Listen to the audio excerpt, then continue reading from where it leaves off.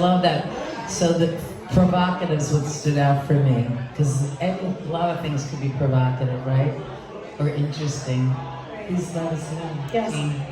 Hello, I'm Jean Criss, and I am the founder of two businesses, Jean Criss-Media, a creative media services business where I've done all form of media and event productions, and I'm also a fashion designer of intimate apparel, and I've done all forms of intimate apparel from post-surgical. I've just recently launched gaming intimate apparel and wearable tech.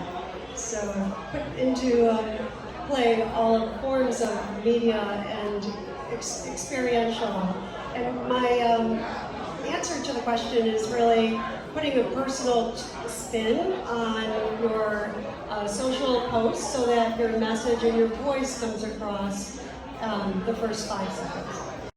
All of you just give me a few words on this simple thing that event professionals can do to increase their visibility. We know about LinkedIn, we know about videos, we know about going to events. One more thing. I would actually suggest being authentic and relatable to your customer. You know, really, in my opinion, the customer is always right, whether you agree to disagree with them or not. You know, so you want to make sure that they feel good.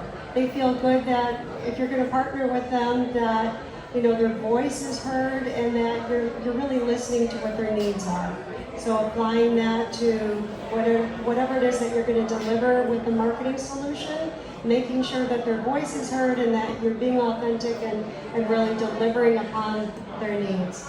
That's all. Renee, what about you? To tie into both of those, authenticity and consistency, we are the experts of the things that we do, whether that's a service that we provide or a product that we have. And so showing your expertise in a consistent, authentic way is a great way to be visible and be on that platform and show the validity of what you're doing to your clients and future clients. That's great. And Shauna? Social selling, which is direct messaging on Facebook or LinkedIn. I've made my first 6 figures by just sending direct messages. I call it cherry picking. So if I wanted to work with a coach or someone who was putting on an event and they said something about event on their Facebook, I would get in their DMs. It gets down in the DMs, y'all. No, you two are just young. But I would like you each, and I'm going to start with you again, Jean, at the end.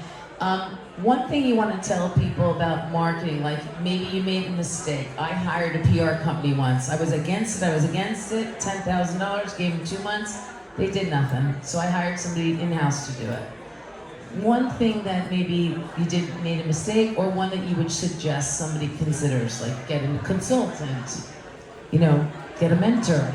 Well, I think, you know, it's always great to learn from your experiences. So taking that experience and learning from it, whether it be taking in constructive criticism from a client or a partner, or even just learning from that experience. Maybe you threw that $10,000 away and you realized that it was a bad partnership, but you know what, you can learn from that, and you know, the next time you spend 10 grand, it's not going to be the same way, and you're going to really do things differently.